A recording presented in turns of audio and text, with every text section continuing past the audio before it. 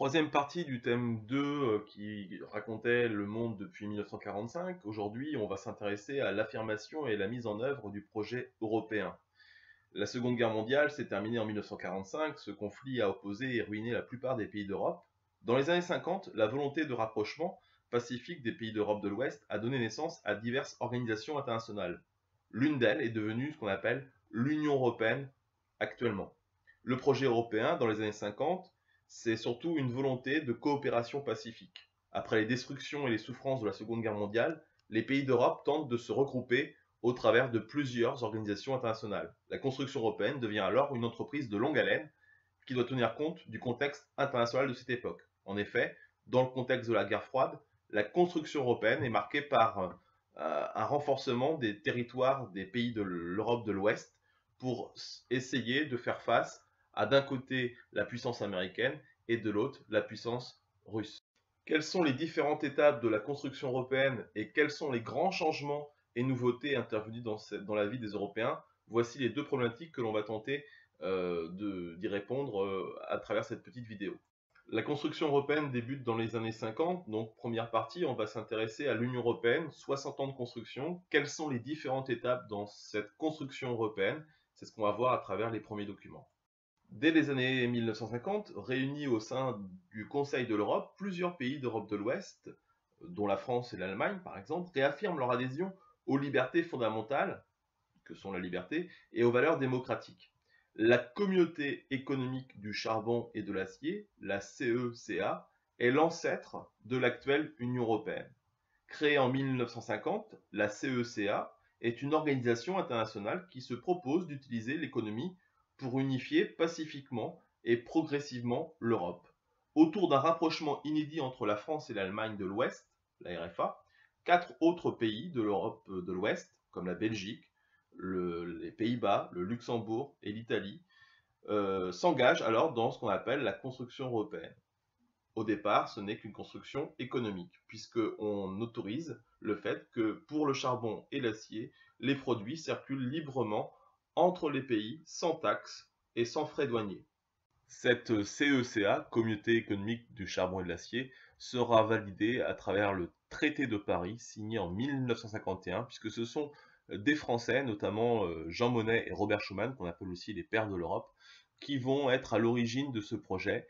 Et au départ, 6 pays d'Europe de l'Ouest vont rentrer dans cette communauté économique du charbon et de l'acier. Ainsi, la France, la RFA, donc l'Allemagne de l'Ouest, l'Italie, la Belgique, le Luxembourg et les Pays-Bas rentrent dans une organisation pacifique pour essayer de reconstruire cette Europe qui sort ruinée de 5 années de guerre. Cette première étape est un succès, ce qui fait que 6 ans après, en 1957, la construction européenne va progresser puisque un traité signé à Rome va créer un marché commun. Au départ, l'idée c'était de faire circuler librement le charbon et l'acier qu'on avait besoin énormément pour reconstruire cette Europe librement sans taxe. Eh bien, on va faire en sorte que tous les autres pays, tous les autres produits, alimentaires, agricoles, industriels, puissent aussi circuler librement sans taxe. Les 6 pays de la CECA donc décident en 1957 d'approfondir cette construction européenne. Le traité de Rome donc affirme la volonté de mettre en place progressivement un marché commun. C'est ce qu'on appelle la création de la CEE, la Communauté économique européenne. L'élargissement progressif de la CEE témoigne de son succès, puisque des 6 pays membres en 1957, on va passer à 9 en 1973, à 10 en 1981 et 12 en 1986. En 1992, nouvelle étape avec le traité de Maastricht, signé donc dans une ville des Pays-Bas, qui va créer l'Union européenne, l'UE. La communauté européenne donc devient l'Union européenne. Le traité de Maastricht a une dimension politique déjà, puisque une citoyenneté européenne est accordée aux membres de ces différents pays, de ces 12 pays, puisque outre les produits qui vont pouvoir circuler librement, les personnes vont aussi pouvoir librement circuler dans les 12 pays membres de l'Union européenne, pouvoir y travailler, pouvoir y habiter. Bref, une citoyenneté européenne avec des droits nouveaux va être accordée. L'Union européenne aussi a une dimension économique avec la création d'une monnaie unique, une monnaie commune, qu'on appelle l'euro, hein, qui va être mise en place surtout à partir des années 2000. Et l'Union européenne va progressivement s'élargir, notamment vers l'Europe de l'Est, dans tous ces territoires après la guerre froide où le bloc soviétique s'est effondré.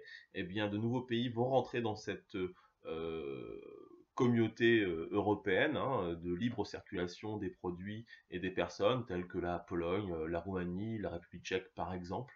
Et aujourd'hui, nous sommes dans une union donc à 27 pays, puisque dernièrement, la Grande-Bretagne, avec le Brexit, a décidé de quitter l'Union européenne. Donc si on regarde à travers ce tableau les réalisations concrètes de la construction européenne et les grands changements et les nouveautés qui vont intervenir dans la vie des Européens, eh bien il faut remonter donc à partir de 1951 avec le traité de Paris, la création de la CECA, la communauté économique du charbon et de l'acier, dans un contexte encore marqué par les difficultés de l'après-Seconde Guerre mondiale.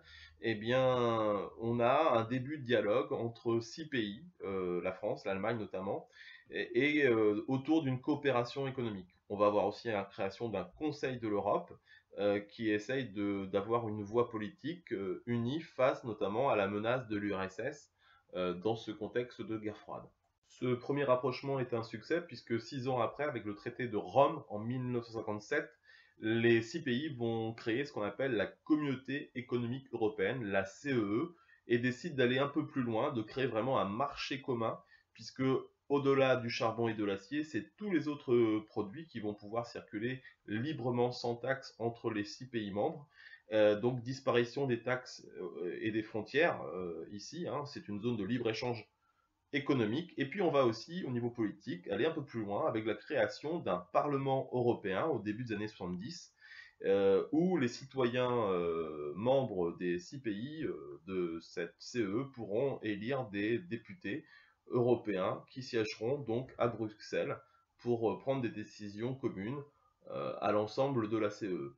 En moins de 25 ans, donc, la CE va passer de 6 pays à 12 pays progressivement membres de donc, cette communauté économique européenne. Dans les années 1990, dans un contexte de fin de guerre froide, cette communauté économique européenne va s'élargir aux différents pays d'Europe de l'Est et on va avoir en 1992, à travers le traité de Maastricht, la naissance de l'Union européenne.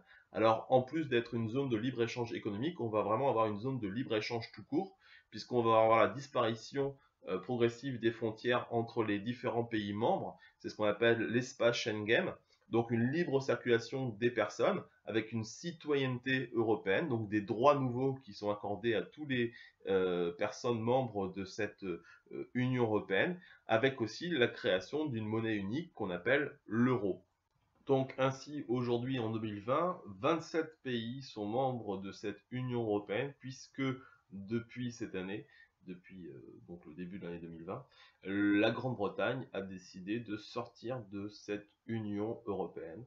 Voilà pour ce cours sur l'affirmation et la mise en œuvre du projet européen, qui était la troisième partie du thème 2.